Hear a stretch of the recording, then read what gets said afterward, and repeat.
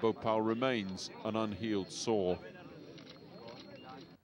Well, earlier I spoke to Andy Bickelbaum and I asked him what he did when he got an email from the BBC asking him for an interview. Essentially, Dow has been promulgating a hoax by which they've convinced people that they can't do anything about Bhopal, that they cannot accept responsibility. And we wanted to prove that that was not accurate. I mean, it is nevertheless a pretty cruel trick to play on the people of Bhopal. Well, did you think about the people of Bhopal when you decided to peddle this stunt? Yes, we did. And well, that surely is the tragedy of today. You spring upon them the actual hoax that they actually suddenly believe that they have got a payout from Dow, and then, you know, an hour or two later they find it's untrue. Let's put this in contrast. I mean, we may have given two people 2 hours of false hope. Dow has given them 20 years of suffering. I mean, this is what we're faced with. Expecting the next knock at the door to be Dow's lawyer? No idea what Dow will do. Dow's lawyers didn't call, and millions of people learned for the first time that 20 years on, Bhopal was never cleaned up. But the media also reported that many of the victims in Bhopal cried tears of joy upon hearing the news, and were then bitterly disappointed. Had we actually upset the people we'd meant to help? There was only one way to find out. Here we are, we're in India. Hey! And this is Bhopal. Bhopal is a big city. There's over 1 million people here. Unfortunately, we heard from a lot of news reports that the victims here in Bhopal were extremely upset because we had raised false hopes about them actually getting some compensation after 21 years. What do you think they'll do? Well, I don't know. I mean, what's the local custom here? I mean...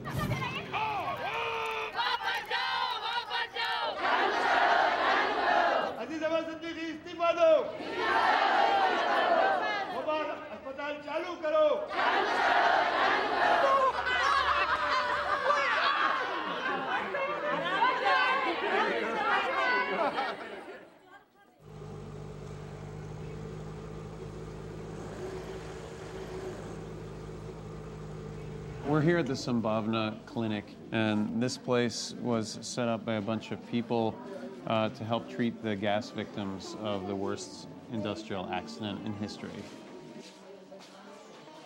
So patients come in from here. This is a forum, basically, where we determine their history of gas exposure, how far they were living, or were they sleeping in a tent that night, and then their severity grade is determined. These are some of the disabled children, and every system of the body has been affected. You know, the musculoskeleton, the nervous system. 40% of the women coming here under 40 have menopause. Yeah. Hello. This is so cute. Hey, oh my God. Hey.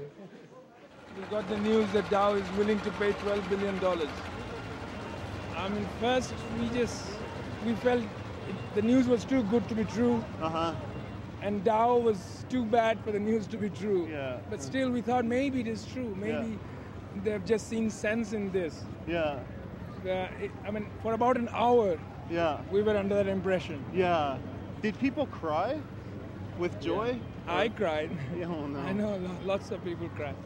Were you kind of angry at first, though, when you heard it was a hoax? No, I wasn't angry. No. Wow. You think it was worth it? Totally worth it. Okay. We are saying no more Bhopal.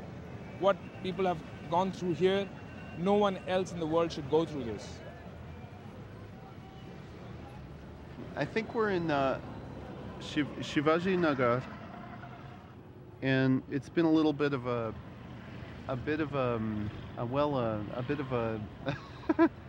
maze getting here. A little, what do you call that? We got lost. That's what it's called. We're trying to meet up with a journalist to interview, and we got lost. Here he is. Oh my God. Okay. Rajkumar Keswani broke the disaster story. In fact, He broke it years before it actually happened. So you had already predicted how many times that the disaster would happen before it happened? In newspapers, 4 times, once to the chief minister, dozens of times to the local legislators, and once to the Supreme Court. I'm the most unfortunate person in this world who has got the recognition for his failure. Had I succeeded, it wouldn't have happened. When you heard it was a hoax, the thing that we did, were you like, what did you think of it at first? I thought that was a wonderful thing to do. We were put into a situation which we never thought of that would actually happen. So it is just like being in the heaven. Because I'm sure I'm not going to be in the heaven. So if I'm expecting hell, and suddenly someone puts me for a while in the heaven, so I said, okay, thanks.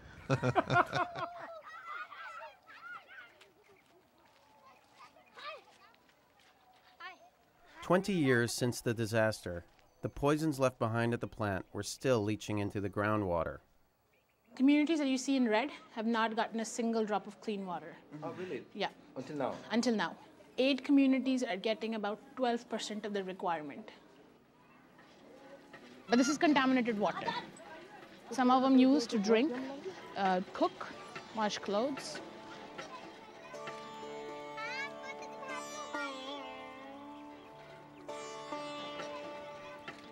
Dow could clean up their mess, but they didn't.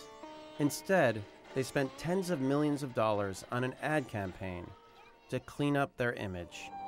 For each of us, there's a moment of discovery. And just then, in the flash of a synapse, we learn that life is elemental. And in the dazzling brilliance of this knowledge, we may overlook the element not listed on the chart. Its importance so obvious, its presence is simply understood. The missing element is the human element. And when we add it to the equation, the chemistry changes. The human element is the element of change. The human element. Nothing is more fundamental. Nothing more elemental.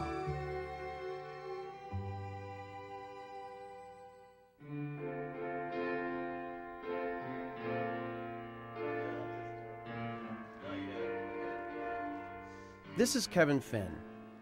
He trades bonds. This is what I do, sit here and just look at this screen for, 12 and 14 hours a day. It's very romantic, actually. More than anyone else we knew, we thought Kevin could explain why Dow wouldn't do anything to fix Bhopal. He told us what happened when Andy went on the BBC. I got a call from my clerk in the middle of the night. Dow Chemical made some announcement that the stockholders of Dow Chemical didn't like because Dow stock went down. The S&P 500 futures went down. I had to go roll out of bed. My clerk's like freaking out because my position's going against me. My friend tells me he thinks it's, some global conspiracy of traders to try to screw us. And, it finds out it's 2 jokers. The effect of our big announcement on the BBC was that Dow's stock lost over $2 billion in 23 minutes. This tells me all the news that's happening in the world. So on December 3rd, if I was sitting here watching this, it would say, Dow Chemical decides to settle with the Bhopal people.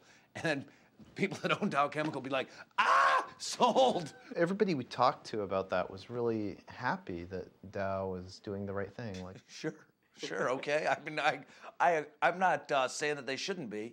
I'm just saying that, sure, it seems like a good thing, unless I guess you're a Dow Chemical stockholder and you're expecting the $20 billion to go towards a dividend to come back to you or to come to buy some new chemical plant, and it's going to these people that, at least at this point, aren't able to get any money. I mean, I would see, you could see how they could be upset about that, right? We were confused. As kids, we learned that it was bad to do something bad. And if you did something good, you got a reward. Yet when we announced Dow would do something great, the market gave Dow a spanking. So how could we get companies to do the right thing? We needed to change the rules of the market. But that meant regulation, and regulation meant government.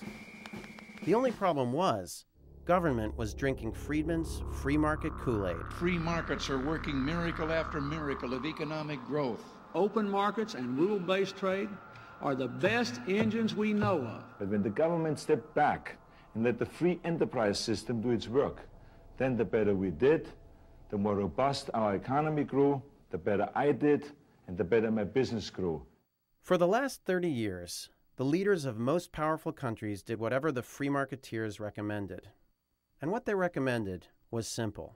The solution is not to have government to intervene or regulate in some way. In fact, most problems will solve themselves if ignored, and let free people working in free markets address them.